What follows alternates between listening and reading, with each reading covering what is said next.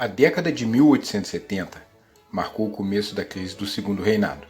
Contribuíram para essa crise, entre os fatores, o movimento republicano, os conflitos do governo imperial com a Igreja e o Exército, e principalmente o processo abolicionista. O encaminhamento da questão dos escravos abalou as relações políticas entre o governo monárquico e os proprietários de escravos e de terras. As polêmicas sobre a escravidão não aconteceram apenas com o fim do escravismo, em 1888.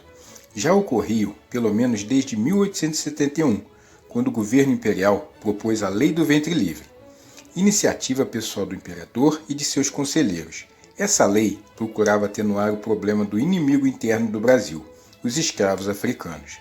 Percebia-se a fragilidade da segurança do país, que mantinha escravizada boa parte de sua população. Os grandes proprietários rurais, entretanto, não viam com bons olhos a intromissão do Estado nas relações entre senhores e escravos. O projeto da coroa tirava a força moral do senhor, minando sua autoridade e dando aos escravos apoio legal para aspirarem à liberdade.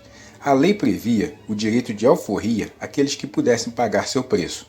Se a lei de 1871 produziu poucos efeitos práticos para os escravos, foi suficiente, entretanto, para desgastar o relacionamento entre o governo monárquico e os proprietários de escravos que o apoiavam. Posteriormente, em 1888, com a abolição da escravidão, houve o rompimento definitivo entre os senhores de escravos e o governo do Império.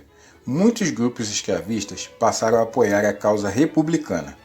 As ideias republicanas já faziam parte de diversos movimentos históricos, como a Inconfidência Mineira, a Conjuração Baiana, a Revolução Pernambucana, a Confederação do Equador. Contudo, só a partir de 1870, com o fim da Guerra do Paraguai, o movimento republicano ganhou uma força mais sólida e concreta. Nesse ano, foi lançado no Rio de Janeiro o Manifesto Republicano. 3 anos depois do aparecimento do manifesto, foi fundado o Partido Republicano Paulista, na Convenção de Itu, em São Paulo. Esse partido foi apoiado por importantes fazendeiros de café de São Paulo e contavam com seguidores no Rio de Janeiro, em Minas Gerais e no Rio Grande do Sul. Já as tensões com a Igreja Católica se agravaram, pois desde o período colonial, a Igreja Católica era uma instituição submetida ao Estado, pelo regime do padroado. Isso significava, por exemplo, que nenhuma ordem do Papa poderia vigorar no Brasil sem antes ter sido aprovada pelo imperador. Mas em 1872, Dom Vidal e Dom Macedo, bispos de Olinda e de Belém, resolveram seguir ordens do Papa Pio IX, punindo os religiosos que apoiavam os maçons. Dom Pedro II, influenciado pela maçonaria, solicitou aos bispos que suspendessem as punições.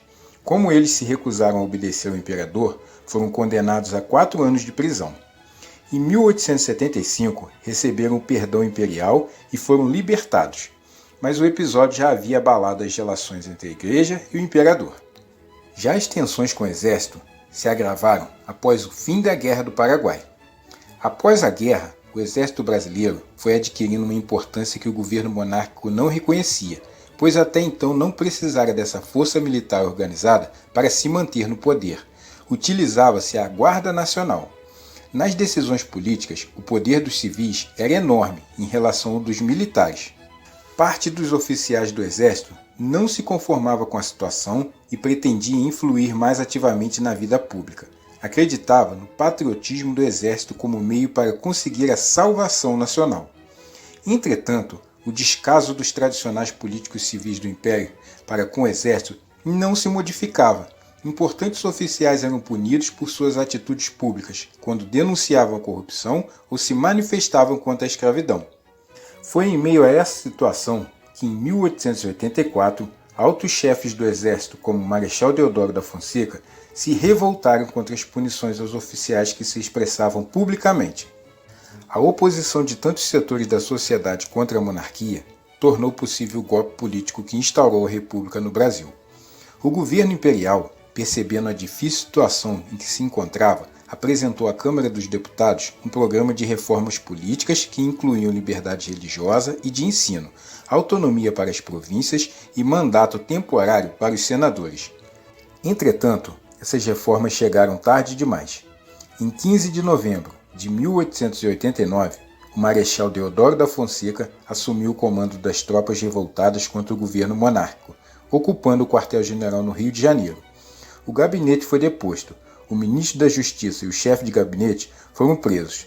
Naquela noite, constituiu-se o governo provisório da República dos Estados Unidos do Brasil. Dom Pedro II, que estava em Petrópolis durante esses acontecimentos, recebeu no dia seguinte um documento do novo governo, solicitando que se retirasse do país com a sua família. Eu espero que com esse vídeo eu tenha lhe ajudado a entender como se deu a crise que levou ao fim do segundo reinado. Muito obrigado por você ter assistido, um grande abraço e fique com Deus.